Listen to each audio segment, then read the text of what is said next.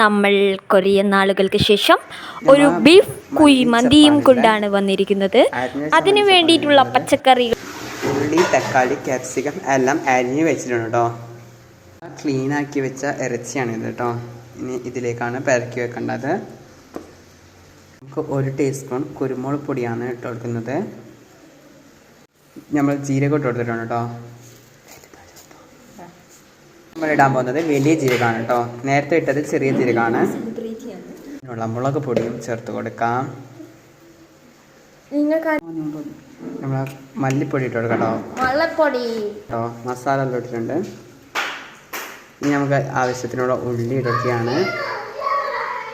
Capsicum, തക്കാളി, ഉള്ളിയാണുള്ളത്. അപ്പോൾ ഉള്ളി ഇട്ട് കൊടുത്തിട്ടുണ്ട്. പിന്നെ അടുത്തത് ക്യാപ്സിക്കം ഇട്ട് കൊടുത്തു. പിന്നെ തക്കാളിയും എല്ലാം ഇട്ട് കൊടുക്കുകയാണ് നമ്മൾ മസാലൻ്റെ പാത്രത്തിലേക്ക്. പിന്നെ അതിലേക്ക് മേഗി സ്റ്റോക്കും ഇട്ട് കൊടുത്തിട്ടുണ്ട്. പിന്നെ ഇതെല്ലാം കുഴച്ചെടുക്കാം കേട്ടോ.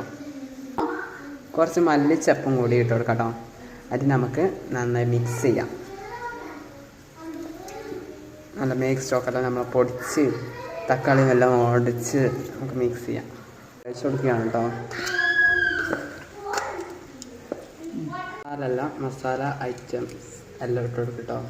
ഗ്രാമ്പൂ, കുരുമുളക്, ഏലക്ക എല്ലാം ഇട്ടിട്ട് നമ്മളെ മസാല ഇവിടെ റെഡി ആയിട്ടുണ്ട് കേട്ടോ. അപ്പോൾ ഗായ്സ്, നമ്മുടെ മസാല നന്നായി റെഡിയാക്കി പെരക്കി വെച്ചിട്ടുണ്ട്. ഇനി നമ്മൾ ബസ്മതി റൈസ് വെള്ളത്തിലിട്ട് വെച്ചിട്ടുണ്ട് കേട്ടോ. ഇനി നമ്മൾ ബസ്മതി റൈസ് അടുപ്പിലൊരു വലിയ ചീഞ്ചട്ടിയിൽ നമ്മൾ വെള്ളം വെച്ചു. അതിലേക്ക് അരി ഇട്ട് കൊടുക്കുകയാണ്. നമ്മുടെ ബസ്മതി മന്തി റെഡിയായിട്ടുണ്ട്.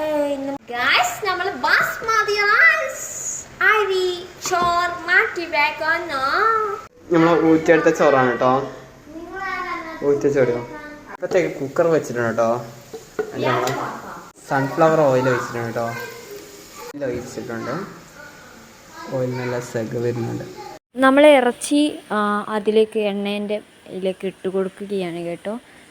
ഇറച്ചി ഇങ്ങനെ ഇട്ട് കൊടുക്കുക.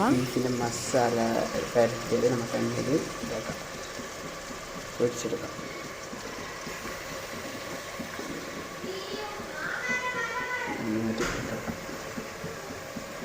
അതെല്ലാം കുക്കറിലിട്ടിട്ടുണ്ട് കേട്ടോ.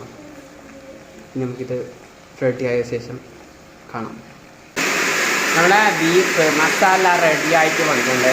അവിടെ ജ്യൂസിൻ്റെ സൗണ്ട് കാരണം പറയുന്നത് എനിക്ക് ഇതിനുണ്ടായില്ല. തിളച്ചുകൊണ്ട് ഇരിക്കുകയാണ് കേട്ടോ. വേറൊരു പാത്രത്തിലേക്ക് മാറ്റി വെക്കുകയാണ് കേട്ടോ. നല്ല ചൂടാണ് നമ്മുടെ ബീഫ്. ലാവി പോകുന്നുണ്ട്, നല്ല മണമാണില്ല.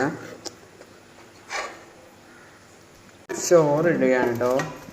ഗൈസ്, ചോറ് അടിയിലാണ് ഇടുന്നത്. നമ്മളെ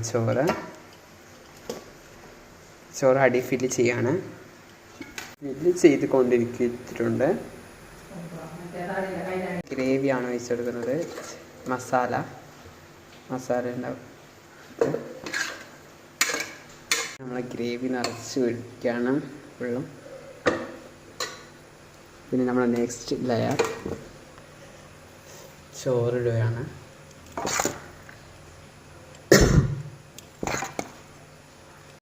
നമ്മൾ അതിൻ്റെ ചാറ് ചോറിലേക്ക് ഒഴിച്ച് കൊടുക്കുകയാണ്, ജസ്റ്റ് ഒന്ന് കളറാവാൻ വേണ്ടിയിട്ട്.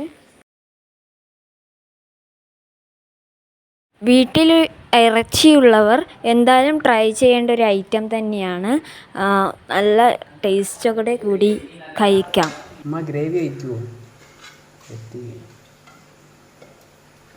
ഇനി നമ്മൾ ചോറിൻ്റെ മുകളിലേക്ക് മല്ലിച്ചപ്പിടാം. ചോറിൻ്റെ മുകളിലേക്ക് മല്ലിച്ചപ്പിട്ട് കൊടുക്കുകയാണ്.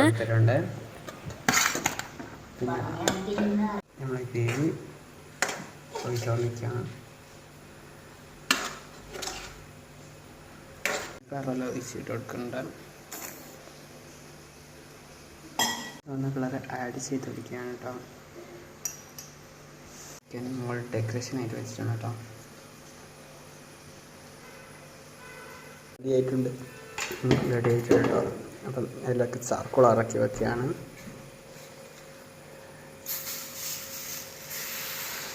ആ പോക്ക മൂടിയിട്ടുള്ളത് കേട്ടോ. ഒന്നും കാണാൻ പറ്റുന്നില്ല. അല്ല, പോക്ക മൂടിയിട്ടുണ്ട്. റെഡി ആയിട്ടുണ്ട് കേട്ടോ.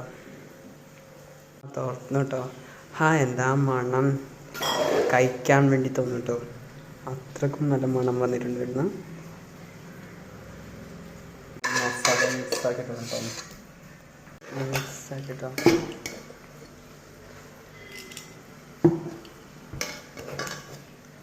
നമ്മളെല്ലാം മിക്സ് ചെയ്ത് ഒരുപോലെയുള്ള കളറാക്കി എടുത്തു.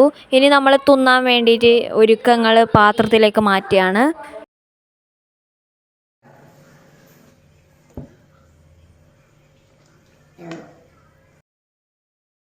കഴിച്ച് നോക്കുമ്പോൾ നല്ല അടിപൊളി ടേസ്റ്റ് ഉണ്ടായിരുന്നു കേട്ടോ.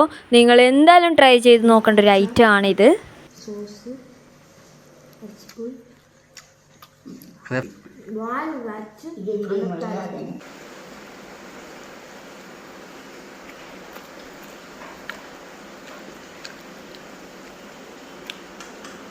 നമ്മൾ തുറക്കുമ്പോൾ തന്നെ നല്ല മണം വന്നിട്ട്